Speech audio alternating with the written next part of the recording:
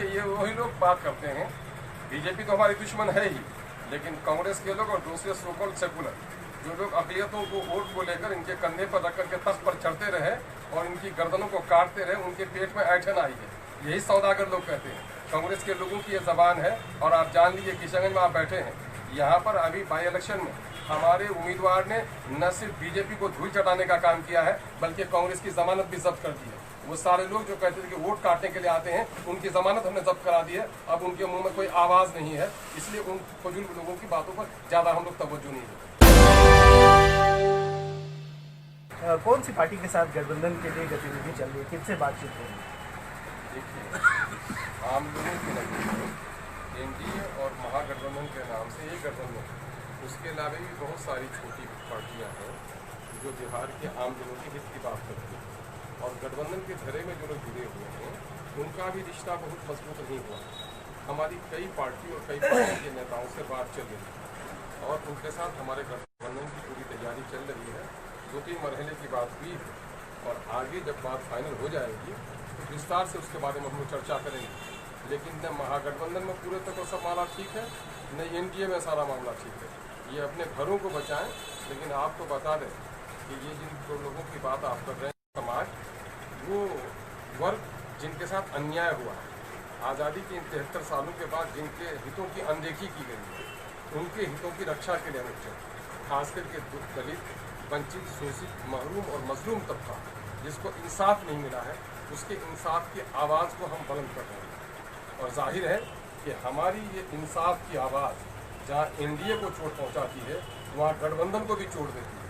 ये तो 15-30 साल की लड़ाई लड़ रहे हैं गठबंधन वाले और एनडीए वाले, लेकिन हम 15-30 साल की नहीं, हम 15 साल प्लस 40 साल। कांग्रेस ने 40 साल तक हुकूमत की, उसने हमारे साथ किया। 15 साल तक गठबंधन के लोग, फिर 15 साल तक एनडीए के लोग। ये छलावे की राजनीति, गठबंधन जो पिछले दिनों में ठगबंधन हो गया। नीतीश कुमार ने कहा था मिट जाऊंगा पर बीजेपी में नहीं जाऊंगा, और 20 महीने के अंदर में ही बिहार की सेकुलर जनता के सीने में छुरा मारकर वो उन्हीं लोगों के दरमियान में चले गए जिनके खिलाफ उनको लोगों ने वोट दिया था। तो इन तमाम तर लोगों से होशियार करके सीमांचल की समस्याओं को और बिहार के अन्य क्षेत्रों की समस्याओं को, आज कोरोना के दिनों में देख लीजिए, बड़े लोगों के बच्चे ऑनलाइन पढ़ रहे हैं, गरीबों और दलितों के बच्चे बागान में खेल रहे हैं, बाजारों में भीड़ है, कोरोना नहीं होता, गाड़ियों में बैठ कर जाते, कोरोना नहीं होता। ये मनोवादी व्यवस्था फिर से स्थापित हो गया है कि गरीबों और दलितों के, वंचितों के बच्चों को पढ़ने नहीं देना है। और वही है, इस कोरोना का बेजा ऐलान, बेजा खौफ करके सरकार कहीं न कहीं हमारे राजनीतिक हितों की, लोगों के सवालों को दबाने की, आम जनों के समस्याओं के समाधान की, और सरकार अपने गुनाहों को छुपाने का काम कर रही है। हम इन तमाम तर मुद्दों पर लड़ाई लड़ रहे हैं और हम देश के संविधान के अनुकूल राज चले, शासन चले, उसके लिए हम लोग लड़ाई लड़ रहे हैं। जो लोग इस मामले में होंगे, उसके लिए हमारा दिल भी खुला हुआ है, दरवाज़ा भी खुला हुआ है, और हम ऐसे लोगों के पास नंगे पांव चलने के लिए भी तैयार हैं। हमारे बहुत सारे बूढ़े जो अक़लियतों के वोट की सौदागर तो बनती है, लेकिन अक़लियत के लोगों को हिस्सा देने के लिए तैयार नहीं है। उनका भी राज फास करने जा रहे हैं कि तुमको सिर्फ बीजेपी को न मेरा वोट चाहिए, न मेरी समस्याओं से कोई बात चाहिए। लेकिन गठबंधन के लोग हमारे वोट के तलबगार हैं, लेकिन सियासी हिस्सा देने के लिए ये तैयार नहीं है। ऐसे लोगों का भी राज फास करेंगे। और जो लोग अपने आप को कहते थे खानदानी कांग्रेसी, 6 दिसंबर को तो इन लोगों ने मस्जिद तोड़ी थी। 5 अगस्त 2020 में कांग्रेस बेनकाब नहीं हो गई है, बल्कि नंगी हो गई है, बरहना हो गई है। कांग्रेस के लीडरों ने बीजेपी के लीडरों से ज्यादा चीख कर ये कहा कि आज वहां पर भूमि पूजन की क्या जरूरत थी, हम तो शिलान्यास का काम पहले ही कर चुके थे। बीजेपी के लोग पत्थर तराश रहे हैं और कांग्रेस के लोग चांदी की ईंट लेकर मंदिर बनाने के लिए आ रहे हैं। इन तमाम तर लोगों से हम हिसाब किताब चुकाने के लिए मैदान में आए हैं। इसलिए सब लोगों के मेरे आने से पेट में ऐंठन है और सबकी लड़ाई मजबूती से हम लड़ रहे हैं, दलितों, शोषितों, वंचितों को इकट्ठा करके। अख्तरुल ईमान जी, आप कह रहे हैं कि बिहार में जो वंचितों की लड़ाई है, दलितों की लड़ाई है और अल्पसंख्यकों की लड़ाई है, उस लड़ाई को आप लड़ना चाहते हैं। लेकिन जहां पर हम लोग देख रहे हैं कि आपकी पार्टी की सक्रियता ज़्यादातर सीमांचल क्षेत्र में ही देखने को मिलती है, आप भी ज़्यादातर सीमांचल क्षेत्र में ही एक्टिव हैं। बाकी क्षेत्रों के क्या हालचाल है? क्या उधर वंचित और जो समाज के जो पिछड़े लोग हैं, क्या उनको हक मिल रहा है? क्या उनके साथ कैसा बर्ताव हो रहा है? रुस्तुम पहलवान भी जन्म लिया था ना, तो अपने आंगन में ही चलना फिरना सीखा था। बात को पूरे दुनिया में जाकर अपनी सरदारी अपनी जमा मर्दी दिखा रहा था। हमारी पार्टी सीमांचल में काम कर रही थी, अब सीमांचल से निकलकर मिथिलांचल में जा रही है, मगध में जा रही है, चंपारण में जा रही है, पूरे बिहार का दौरा कर रही है। तो जाहिर है काम की शुरुआत हमने यहाँ से की है, फैलाव पूरे बिहार में कर रहे हैं। 2015 में सिर्फ सीमित यहीं थे हम लोग, और 2020 में आप देख रहे हैं कि पूरे बिहार से हमारा संगठन विस्तार हुआ कर रहे हैं। तो सिर्फ यहीं की बात क्यों कर रहे हैं? हम सीमांचल की अनदेखी की है, सीमांचल की बात करते हैं। सीमांचल के साथ साथ बिहार के उन हिस्सों में जहाँ दलितों, महादलितों, वंचितों, शोषितों, पीड़ितों और विशेष वर्ग के साथ इन लोगों ने अनदेखी की है, सबकी बात हम लोग करते हैं। एक आखिरी सवाल आपसे मैं जानना चाहूँगा, जिस तरह से एनडीए के गठबंधन के लोग हैं और साथ ही साथ राजद के गठबंधन के लोग हैं, सभी पार्टियों का आप पर ये इल्ज़ाम रहता है कि ये पार्टी सिर्फ वोट काटने के लिए बिहार चुनाव में मैदान में है। इस इल्ज़ाम को आप कैसे देखते हैं और इसका जवाब क्या है? देखिए, ये वही लोग बात करते हैं, बीजेपी तो हमारी दुश्मन है ही, लेकिन कांग्रेस के लोग और दूसरे सोकल सेकुलर जो लोग अक़लियतों को वोट को लेकर इनके कंधे पर रख करके तख्त पर चढ़ते रहे और इनकी गर्दनों को काटते रहे, उनके पेट में ऐंठन आई है। यही सौदागर लोग कहते हैं। कांग्रेस के लोगों की ये जबान है। और आप जान लीजिए, किशनगंज में आप बैठे हैं, यहाँ पर अभी बाई इलेक्शन में हमारे उम्मीदवार ने न सिर्फ बीजेपी को धूल चटाने का काम किया है, बल्कि कांग्रेस की जमानत भी जब्त कर दी है। वो सारे लोग जो कहते थे कि वोट काटने के लिए आते हैं, उनकी जमानत हमने जब्त करा दी है। अब उनके मुंह में कोई आवाज़ नहीं है, इसलिए उन फजूल लोगों की बातों पर ज़्यादा हम लोग तवज्जो नहीं देते।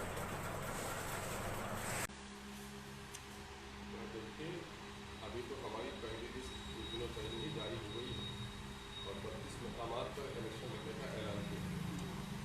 और पूरे बिहार में चूँकि लॉकडाउन की वजह से पूरी ज़िंदगी लोग मुतासिर है, इसलिए हम अपनी तंजीमी ढांचे का जायजा हम अपनी तंजीमी जो हैसियत है हमारी संगठन की हालत है उसका जायजा ले रहे हैं। और उसके बाद अगली जो सेकेंड लिस्ट हमारी होगी वो जारी। तो सर, बहादुरगंज विधानसभा से किसको मुंतखब किया गया है अब तक, उसके बारे में जानने के लिए हमारे ब्रेकिंग न्यूज लाइव 24 के माध्यम से जानना चाहता हूँ। बहादुरगंज ने किसको उम्मीदवार बनाया था, पार्टी ने अभी तय नहीं किया। हमारे जो सीनियर कार्यकर्ता लोग हैं, हमारे जो आम कार्यकर्ता हैं, सबके मशवरे और सर्वे की बुनियाद MIM एक काउंसिल सियासी जमात है जिसका तरीक़ाकार हमेशा अवामी और जमहूरी रहा। मरकज़ी क़यादत ने इस बात की शदीद हिदायत की है कि कहीं भी पार्टी के उम्मीदवार के इंतखाब से पहले वहाँ पर सर्वे होना लाज़मी है। इसलिए हम लोग की सर्वे टीम कल करीब वहाँ से आ रही है, हर इलाके का सर्वे होगा और इंशाअल्लाह कोई जो भी उम्मीदवार पार्टी की तरफ से दिया जाएगा, मैं समझता हूँ कि पार्टी के हर कार्य की जिम्मेदारी के साथ देनी चाहिए। साथ ही यही नुमाया फर्क है, लोगों ने तो बहादुरगंज में एक बड़ी तादाद में MIM का साथ दिया है। अब MIM के जो उम्मीदवार, अब तो जो उम्मीदवार आपको नज़र आते हैं, ये पार्टी के अंदर के उम्मीदवार, पार्टी की तरफ से कोई उम्मीदवार नहीं बने, है ना। तो अभी देखिए बहुत जल्द। तो सर, जहाँ तक सुनने में आया है कि आपकी पार्टी पप्पू यादव के पार्टी के साथ क्या गठबंधन कर रही है या नहीं कर रही है? अभी देखिए, गठबंधन के ताल्लुक से हमारा दरवाज़ा भी खुला हुआ है, दिल भी खुला है। हम उन तमाम तर पार्टियों के साथ जो बिहार की इस वक्त की निकलने फासिस्ट हुकूमत, जो बीजेपी और हुकूमत इस वक्त है, उसके बाद हुकूमत को उठा के हम लोग पूरी इस सिलसिले में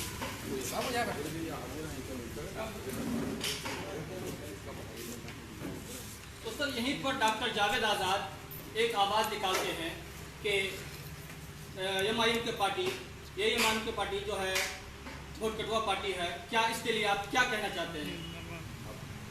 मैं डॉक्टर जावेद साहब के जुमले पर कोई रिएक्शन तो नहीं करना चाहूँगा, लेकिन इस तरह का जुमला कोई दूसरा बोलता तो शायद जेब भी देता। वो MIM जो कांग्रेस की जमानत जब्त करा सकी है, किशनगंज में बीजेपी को धूल चटाकर जीत चुकी है, उसके बाद भी ये जुमले अगर कोई बोलता है तो बंगाली का मुहावरा है तो पीटने के बाद फिर कहते हैं एक बार आ रहा समझो तो किया हो तो देखा जाएगा इंशाअल्लाह। उसके लिए हम कोई परवाह नहीं करते हैं। और फिर कांग्रेस वाले की बात क्यों छेड़ते हैं हमारे पास? 5 अगस्त को कांग्रेस के चेहरे को बेनकाब ही नहीं बल्कि उनके वजूद को बरहना कर दिया। कि वो बीजेपी जो बाबरी मस्जिद राम जन्मभूमि का झगड़ा लेकर सियासत शुरू की, चाहे उसके दरवाजों में तालाबंदी पाबंदी का मामला हो, चाहे ताला तोड़ने का मामला हो, कांग्रेस ने कराया।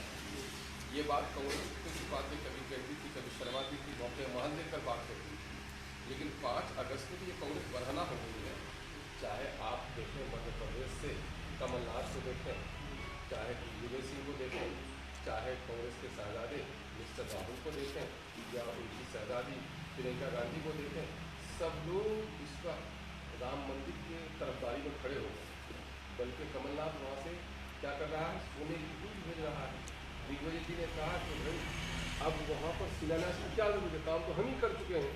तो कांग्रेस का हर आदमी बाबरी मस्जिद के तोड़ने की सराह लेने पर जुड़ा हुआ है। उसके बावजूद भी कुछ लोग हमारे खानदानी अगर कांग्रेसी बच गए हैं तो उनको मुड़कर देखना चाहिए कि अपने खानदान की हुकूमत किन लोगों से वो कर रहे हैं। तो मैं तो समझता हूँ कि कोई गयूर आदमी अगर मिल्लत का होगा, अपने आप को खानदानी कांग्रेस तब से कहता भी था, तो 5 अगस्त के बाद तो अगर ज़मीर जिंदा है तो कभी भी अपने को कांग्रेस से वाबस्ता नहीं करेगा, बल्कि अपने नस्लों को भी ताकीद करके जाएगा कि जिसने हमारी कुर्बानी की पूरी साजिश की, बीजेपी बात को थी, पहले कांग्रेस थी, इसलिए कांग्रेस बेनकाब हो चुकी है। और हम लोग जो कहते थे कि बीजेपी और कांग्रेस एक ही सिक्के के 2 पहलू हैं, और इस वक्त 5 अगस्त ने आपको दिखा दिया कि जो कुछ हम कह रहे थे उसका इकरार किसी ने नहीं किया, बल्कि कांग्रेसियों ने ही इकरार कर लिया। तो इन कांग्रेसियों का तस्करा करना मैं समझता हूँ कि अपनी ज़बान को नापाक करने के बराबर है। तो सर यहीं पर एक सवाल और भी खड़ी होती है, एक जनानुद्दीन आदमी महज बतना पंचायत के रहने वाले, वहाँ पर सांसद डॉक्टर जावेद आज़ाद जनानुद्दीन साहब को कह रहे थे इडियट का गाली का जो इस्तेमाल जो किया था, तो आप उसके बारे में क्या कहना चाहते हैं? भैया हम कोई बात कांग्रेस वालों के बारे में क्यों कहें? बूढ़ों ने कहा है कि रोपे बिरवा नीम तो आम कहाँ से लाए। तो सर आप आने वाले वक्तों में सांसद होते हैं, तो क्या आप भी इस तरह की भाषाओं को, आप इस तरह की लैंग्वेज को इस्तेमाल कर सकते हैं? देखिए वो आपकी दुआओं को अल्लाह कबूल करे। हम सांसद से पहले MLA रह चुके हैं, जिला परिषद के मुंतवी रह चुके हैं, हम लोग कभी पिछले समाज से लोग आए हुए हैं। खुदा न करे ऐसे जुमले हम लोग की ज़बान से कभी अदा हो। हम लोग को ये दुआ करते हैं हरामखोरी और ज़बान की नापाकी जब आए तो अल्लाह करे कि लोग की ज़बान बंद हो जाए, उससे पहले ये दुआ हम लोग मांगते हैं। हमारा हर एक फर्द हमारा जो है अपने आप में आफ्ताब और महताब, हम जिसके लिए जिसके सामने वोट के लिए हाथ फैलाते हैं उसका एहतराम हम पर वाजिब है। होता है इंसान की कभी कभी मसाइल में गिरा हुआ रहे, नेता के साथ तो मुमकिन है दरअसल बात में गर्मी हो सकती है, लेकिन इस तरह का लहजा हम लोग को जिस माँ के आगोश में पले, हम लोगों ने तो अपने लोगों में इतना मामूल है ना। आज भी हम दलितों की बस्ती में जाते हैं, गरीब भाइयों के घर पर जाकर हम बैठते हैं, तो मुझको अमीरों के यहाँ ज़्यादा दिलचस्पी होती है। और ख़ास करके जिसके घर में आग लगी, जिसकी बस्ती में सैलाब का पानी घुसा है, जिसके घर मकान कट रहा हो, तो वो हमारी नरमी का और हमारी हमदर्दी का मुस्तहिक है। इस वक्त अगर ज़मीन कट रही है तो जाहिर है कि MLA MP जिम्मेदार हैं कि सर्वे पहले से क्यों नहीं कराया। और आज अगर ये ऑफिसर्स पाँव में मेहंदी लगाकर बैठे हुए हैं और वहाँ पर कटाव रोधक काम कराने के लिए नहीं जा रहे हैं, गर्दन पर हाथ रखकर काम करवाने के लिए जाना चाहिए। मुझे अफसोस है कि कोटा यहाँ का बाथरूम का CO पाँव में मेहंदी लगाकर बैठा हुआ रहा। अब 15 दिनों तक वहाँ के लोग स्कूल में रहे, शरण लेते हुए रहे। इनके माँ बाप, इनके ख़ानदान के लोग अगर ऐसे होते, क्या ये CO ऐसा ही करता? ऐसा नहीं करता। तो यहाँ का असल मामला है कि नौकरशाहों का, नीतीश कुमार ने नौकरशाहों को बेलगाम कर दिया है। लोकतंत्र में जनप्रतिनिधियों की इज्जत पहले होती है, नौकरशाह की बात है। लेकिन नीतीश कुमार के राज में नौकरशाह आगे है। मुखिया आज पंचायत सचिव से घबराता है, MLA MP DM और SP से डर के बारे में बात नहीं कर पाता है। और हद तो ये है कि मुझे तो बारूद में ऐसा लगा कि यहाँ का जो CO है वो शायद मैं समझता हूँ कि MP MA का रूप में करता है। वहाँ तो भूखे मरे हैं। मैं इसीलिए कहता हूँ कि लोगों उठो, इन नाकारों से तुम्हारे मसाइल का हल नहीं होगा। MIM चूँकि वजारत की लड़ाई लड़ने के लिए नहीं आई, MIM लोगों को जगाने के लिए आई है कि तुम जगो और अपनी लड़ाई लड़ो। और ये नालायक ऑफिसर्स जो तुम्हारे मसले का हल नहीं करते हैं, उनके दरवाजे जाकर बंद करो, एक लड़ाई लो। और आज मैं एक तहरीक और चला रहा हूँ कि आप इस मुल्क में वेलफेयर स्टेट कहती है और कहते हैं कि लोगों के लिए मैं भलाई का काम कर रहा हूँ। एक तरफ लाइफ इंश्योरेंस की बात चल रही है, एक तरफ बीमारी का बीमा लोग करा रहे हैं, पशु बीमा की बात कराते हैं। आप मोटरसाइकिल लेंगे तो आपको पकड़ेगा MVI वाले के लोग कि साहब आपने इंश्योरेंस क्यों नहीं कराया। आप एक परचून की दुकान भी खोलते हैं तो जनरल इंश्योरेंस, आप गाड़ी खरीदते तो इंश्योरेंस का पेपर आपके पास होना चाहिए। ठीक है साहब, सरकार की पॉलिसी है, आप कीजिए, लेकिन भूमि इंश्योरेंस पे होना चाहिए। सवाल हम किसान हैं और नदी के किनारे हमारी ज़मीन है और इस साल कम से कम 1000 हेक्टेयर से ज़्यादा ज़मीन किचनगंज की बर्बाद हुई है। तो नदी के कटाव से बचाना सरकार का काम है, और अगर नदी से कटाव में नहीं बचा पाते हैं तो भूमि इंश्योरेंस लागू करो। रजिस्ट्री ऑफिस में जो वैल्यू हमारी ज़मीन का तय है उससे 4 गुना हमारी ज़मीन का कीमत अदा करो। ये लड़ाई लड़नी चाहिए और ये लड़ाई हम लोग कोशिश कर रहे हैं कि हमारे लोग लड़ें।